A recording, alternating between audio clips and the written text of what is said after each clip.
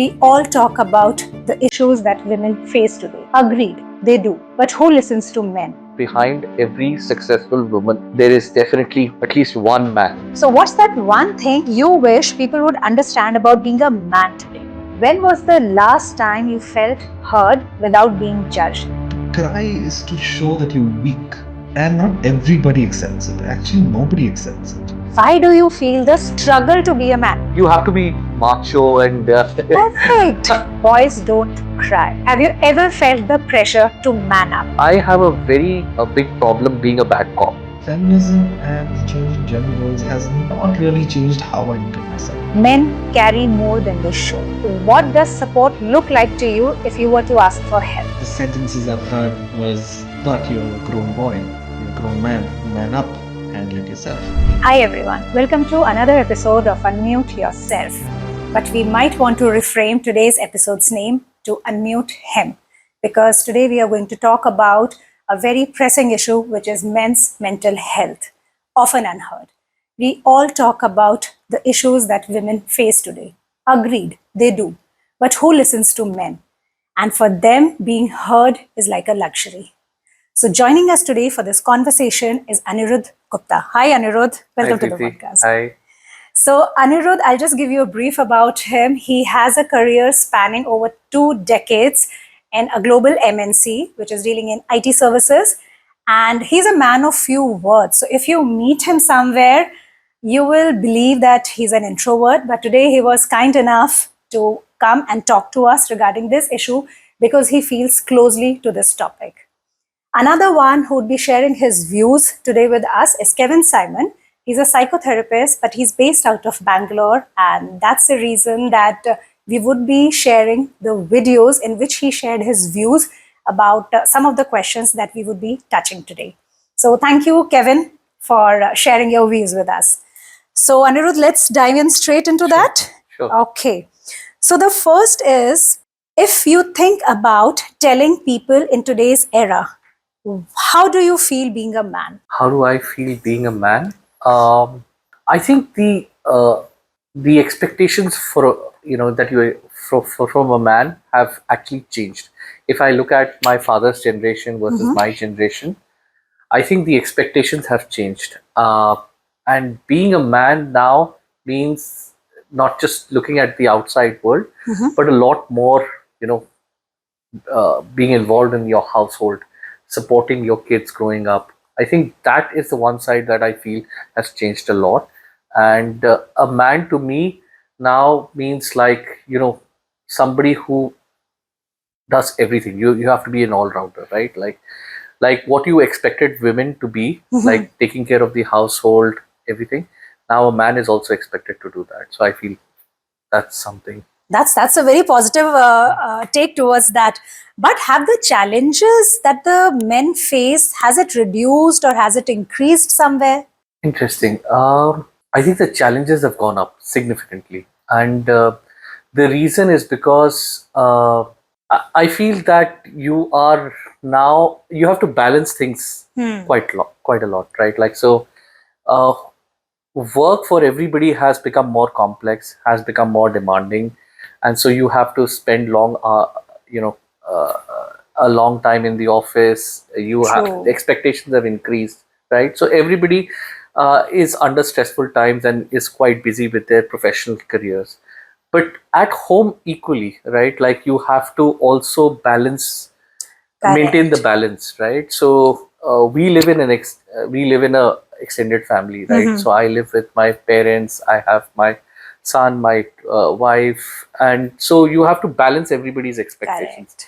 I think that has obviously, you as a man, you are expected to be in charge of everything, have it, see that everybody's expectations, everybody's needs, wants are fulfilled, everybody's happy. And I think that to me is like is a difficult thing to meet, right? Like, so sometimes, you don't end up pleasing everyone. And so I think that becomes a little more challenging. Thank you, Anirudh, for sharing that so candidly. Let's have a different perspective from Kevin on this. Over to Kevin. There was this debate some time ago that men choose to be masculine and not show their vulnerable side, and that's toxic. One thing I want everybody to understand is that we didn't choose, we were conditioned, we were taught in our schools, at home, in our communities where we grew up, in our religious spaces where we grew up. It was just told to us that men need to behave a certain way. You can't cry, you can't be vulnerable. This is a man, this is how you need to be. So, what's that one thing you wish people would understand about being a man today? So, in my experience, I think times have changed significantly, right? But one thing that I think people should understand is that men are very, very supportive of women in their growth, right? I feel that behind every successful woman, there is definitely at least one man, right? I think not many people are able to see this, but I feel that men are doing or at least encouraging, fostering. There is a lot of motivation that a man actually provides to a woman, supports her in her professional growth, and they want to see women grow, right? I think more than, and I sometimes I feel that men are bigger supporters of women in their professional or in their growth than compared to women themselves. And as a brother or as a father or as a husband, you really want your spouse or your sister or your mother to actually grow and succeed. And I feel that that is one thing that is very, very less appreciated in today's world, that they are not able to see that a man actually really wants women to grow. And there are so many examples that you see nowadays that not just in organizations, but you would see that in your political space also. You would see that in social organizations, several areas where men are actually promoting women to take leadership roles, or encouraging them to be leading several initiatives. So I think that is one thing that is underappreciated, and that's one thing that I feel that they should be able to see, that this side of men. That's deep, Anirudh. And I really liked one point where you said that behind every successful woman is at least one man. Yeah. Okay, one man. Could be many. And the second, somewhere I think we as women also understand that the power of sisterhood that holds, it is not that much that it should be. Like, men are supporting women more in today's era rather than women supporting women. So we are seeing that change. But do you feel it has something to do with some inhibition that men do not show? Even if they are supporting something, they are not showing it, that yes, we are there to support you. Yeah, I somewhere I feel that some of the support is very tacit. For example, you may not be able to support women. Let's say if your wife is an entrepreneur or your wife is a self-made professional, right? But so you may not be able to support them professionally, like in their work, but there are things at household that you take care of, which I feel that that kind of tacit support is not noticed. So, and which is very important, right? It gives you that space to operate freely, to think freely, to be on your own, right? To explore or meet other people and grow. I think that free space that men are able to provide is something that does not get noticed very often. So yes, men who are doing this, who are actually supporting the women in their life, hats off to you. And women who have such men around them, who are supporting them, please take notice. They might not say it, but they are definitely there to support you. When was the last time you felt heard without being judged? So Kevin, this question again goes to you. When was the last time I felt heard? As it goes in the fairy tales, once upon a time, long time ago. That's how it feels for me. Because when I share, the sentences I've heard was, but you're a grown boy, you're a grown man up, handle it yourself. Or you're a therapist, you resolve other people's problems, resolve it yourself.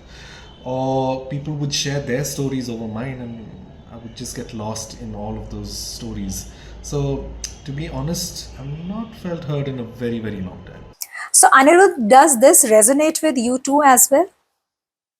So, to be honest, Preeti, I can't recollect a time when I really vented out myself, and Okay. so I had the opportunity of being heard without being judged. I think the closest, so I'm that way is a very reserved person. I keep I know things to that. myself, Yes. um, and the closest that I've come to sharing is with my wife.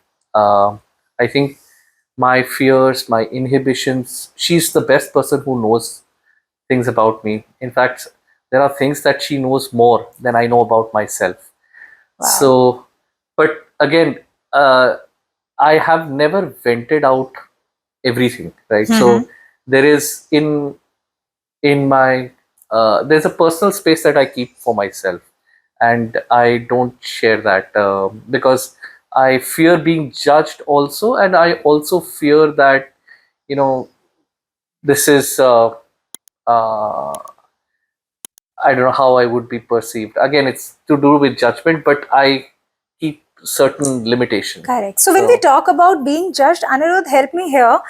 Um, is it the same at workplace as well? There also, do you hold on to very much, yourself, yeah, right? That you'll be judged or yeah, very yes. much, very much. So workplace again, that's a very professional space. So I'm very conscious about what I'm saying Mm-hmm. and to whom I'm saying, right? Correct. So there are things that so I never, like I said, I never went it out. So in terms of whether it is any kind of expectations that I have from my team, some of them I clearly call out. But if I have a big problem being a bad cop, but so I am very conscious that okay, people, if they have not met my expectations or given me that kind of work, Mm. there would be some reason. So I give them that Mm-hmm. space, or I try to understand what is the reason before I actually when was the last time that I actually got really mad at my team. Okay. So yeah, And now that's valid. shifting the same statement to your friend circle. So there you just say what you have in your mind or what you're feeling, or it's like, okay, if I say so, maybe he'll feel bad or Yeah. something like that. So to be honest, I don't have a very big friend circle. So I have a very small circle, and I think since school days, just a few friends, two or three very close Mm-hmm. friends, and in that space also, I am very conscious of what I say.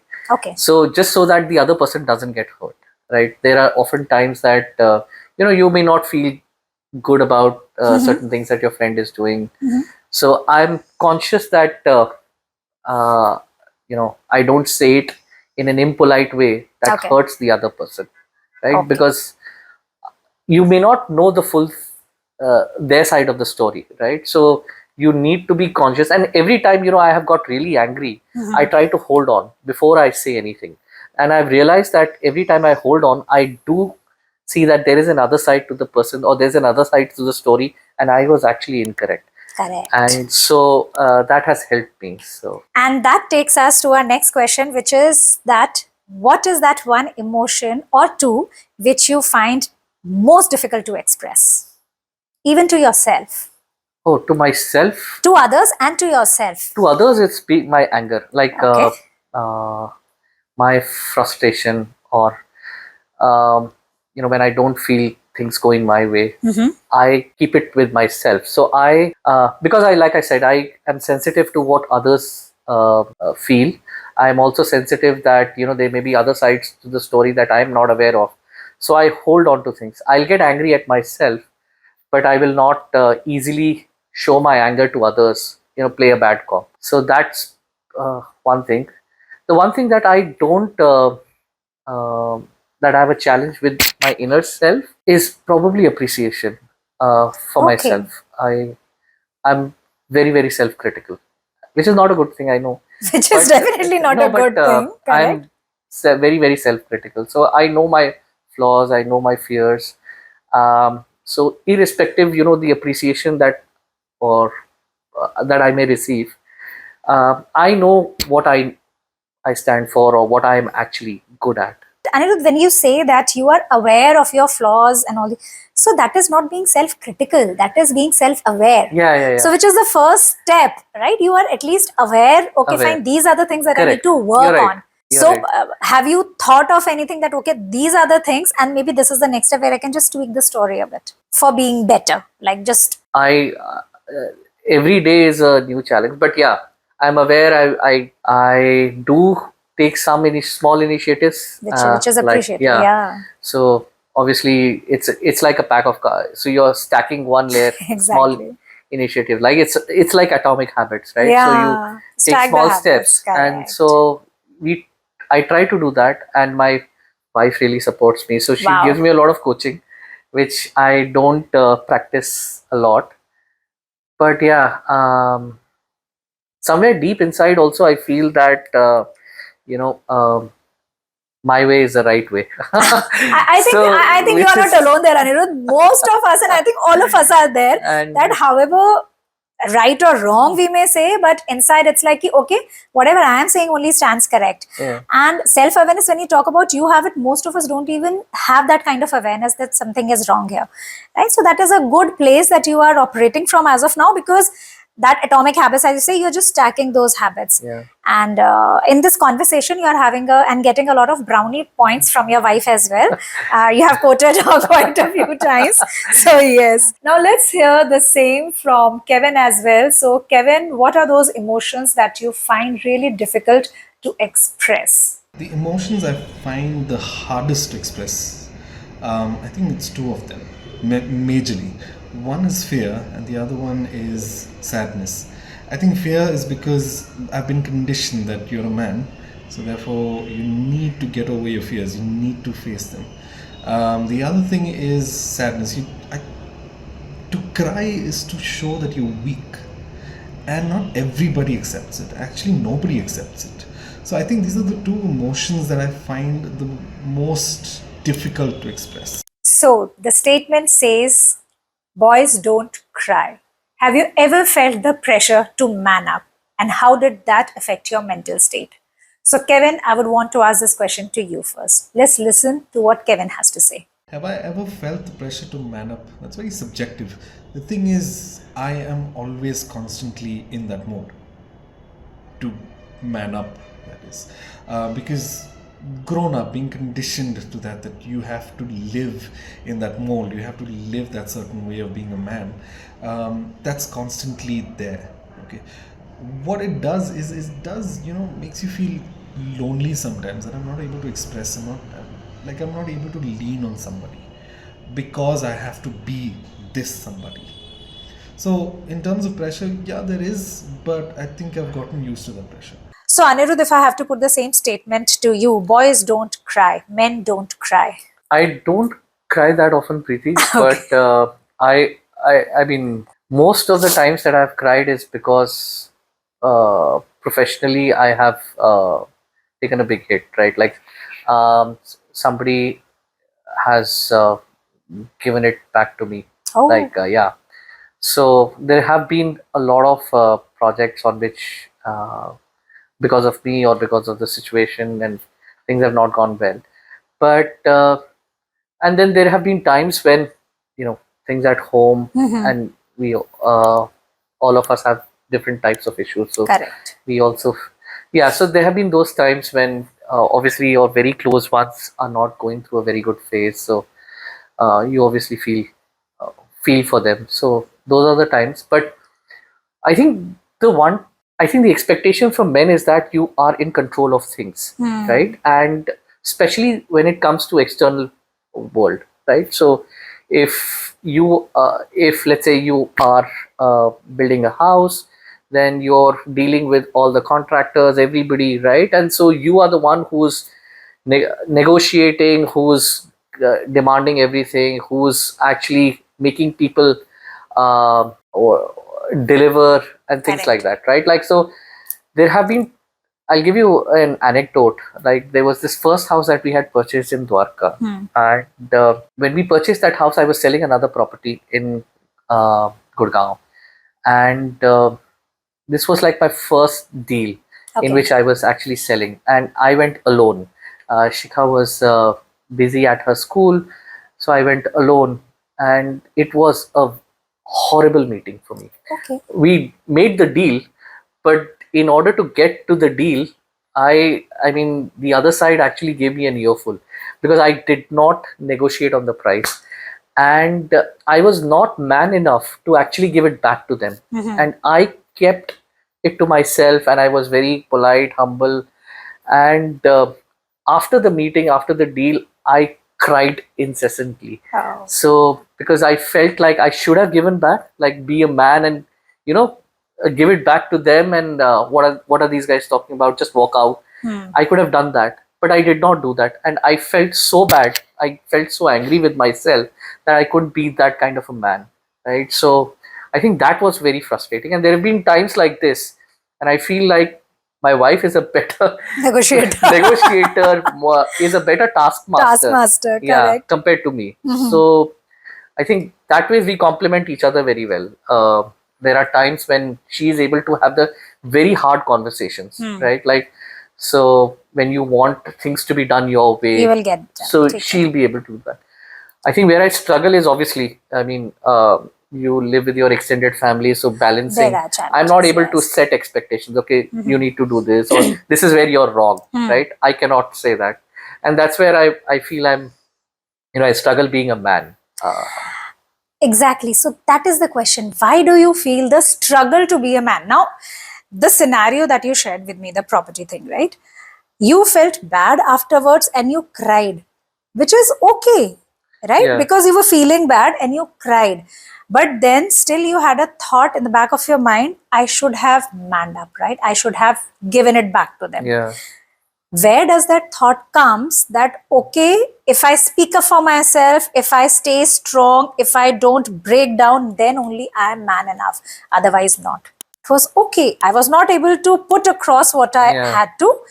So that is what that I'm talking about here, Anirudh, is when we talk about small boys, if they fall down and if they are crying, some of us say, don't cry like a girl. You're a boy, boys don't cry, get up, just dust off and get up, right?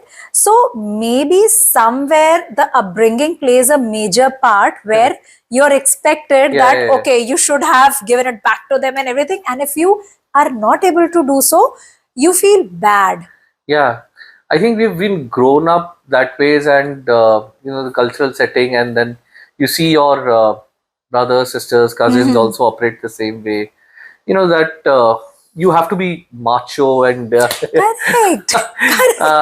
and you have to be strong and uh,